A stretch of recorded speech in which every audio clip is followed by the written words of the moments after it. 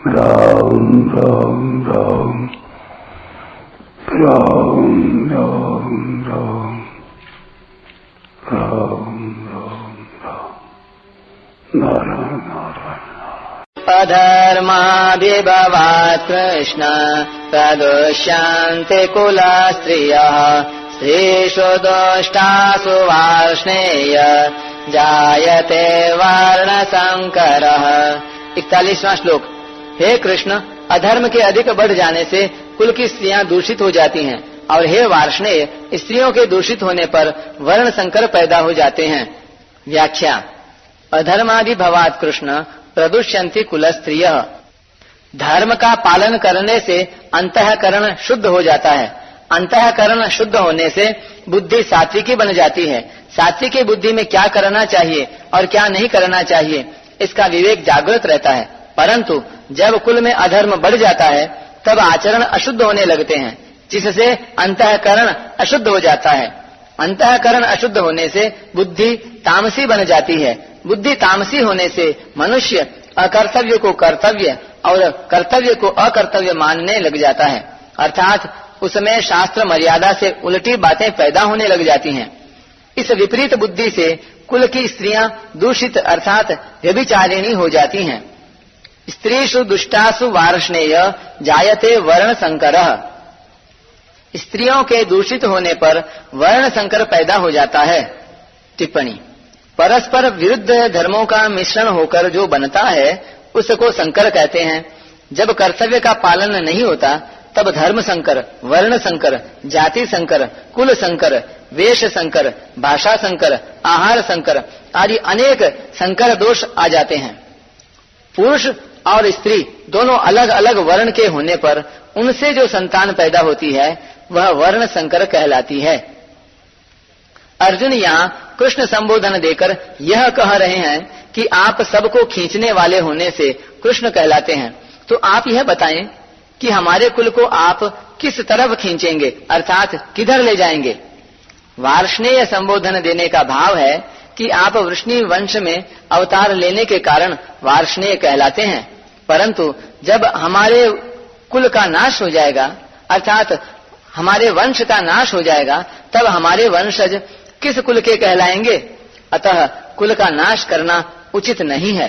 संकरो नरकायैव कुलज्ञानानां कुलस्य च पतन्ति पितरो येषां लुप्तपिण्डोदकक्रियाः।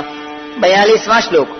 वर्ण संकर कुल घातियों को और कुल को नरक में ले जाने वाला ही होता है। श्राद्ध और तर्पण न मिलने से इन कुल घातियों के पितर भी अपने स्थान से गिर जाते हैं। व्याख्या। संकरो नरकायैव कुलघ्नानां कुलस्य च। वर्ण मिश्रण से पैदा हुए वर्ण संकर संतान में धार्मिक बुद्धि नहीं होती।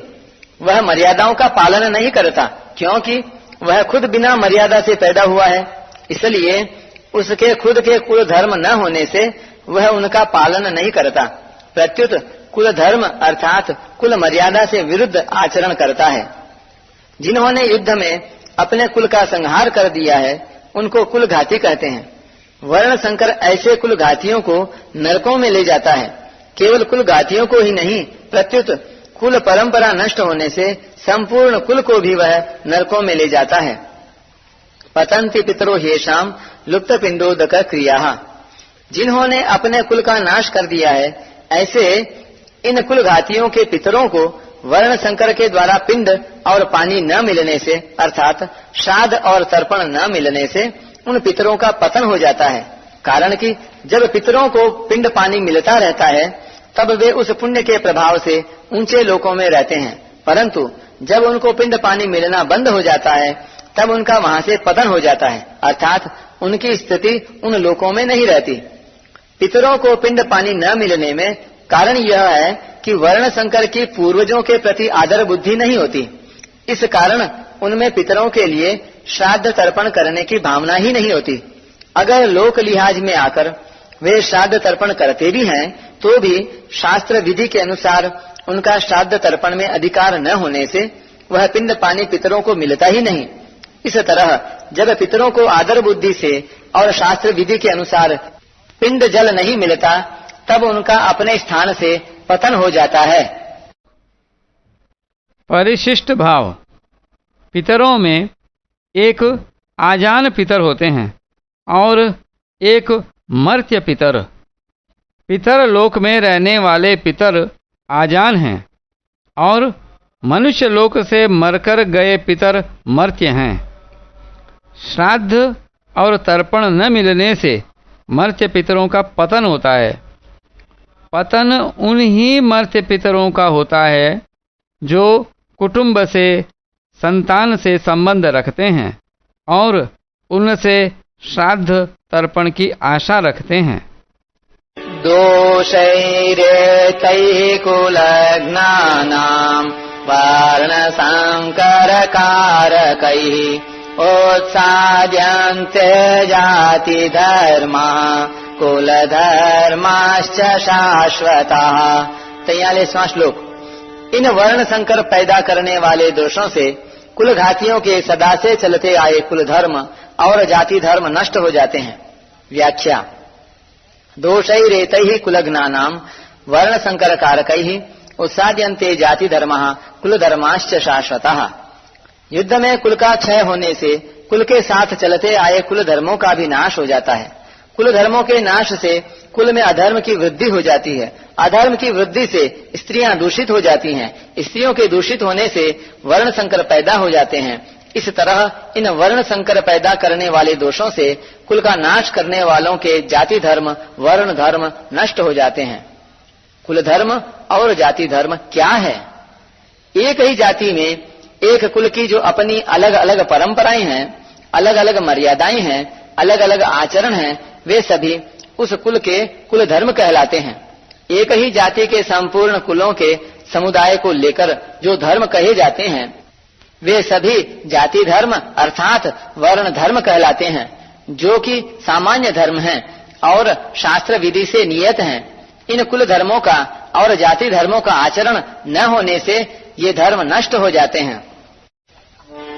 उत्सन्न कुल धर्माणाम् मनुष्याणाम् जनार्दन नरके नियतं वासो भवतीत्यनुशोषुम।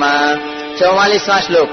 हे जनार्दन, जिनके कुल धर्म नष्ट हो जाते हैं उन मनुष्यों का बहुत काल तक नरकों में वास होता है, ऐसा हम सुनते आए हैं। व्याख्या। उत्सन्न कुल धर्माणाम मनुष्याणाम जनार्दन नरके नियतम वासो भवति इत्यनुशुश्रुम। टिप्पणी। शोकाविष्ट होने के कारण ही अर्जुन ने यहाँ अनुशुश्रुम परोक्ष लिट की क्रिया का प्रयोग किया है। भगवान ने मनुष्य को विवेक दिया है, नया कर्म करने का अधिकार दिया है।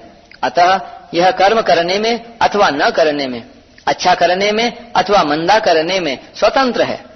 इसलिए इसको सदा विवेक विचार पूर्वक कर्तव्य कर्म करने चाहिए। परंतु मनुष्य सुख भोग आदि के लोभ में आकर अपने विवेक का निरादर कर देते हैं और राग द्वेष के वशीभूत हो जाते हैं, जिससे उनके आचरण शास्त्र और कुल मर्यादा के विरुद्ध होने लगते हैं।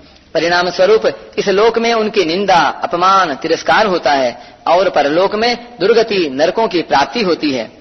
अपने पापों के कारण उनको बहुत समय तक नरकों का कष्ट भोगना पड़ता है। ऐसा हम परंपरा से बड़े बूढ़े गुरुजनों से सुनते आए हैं।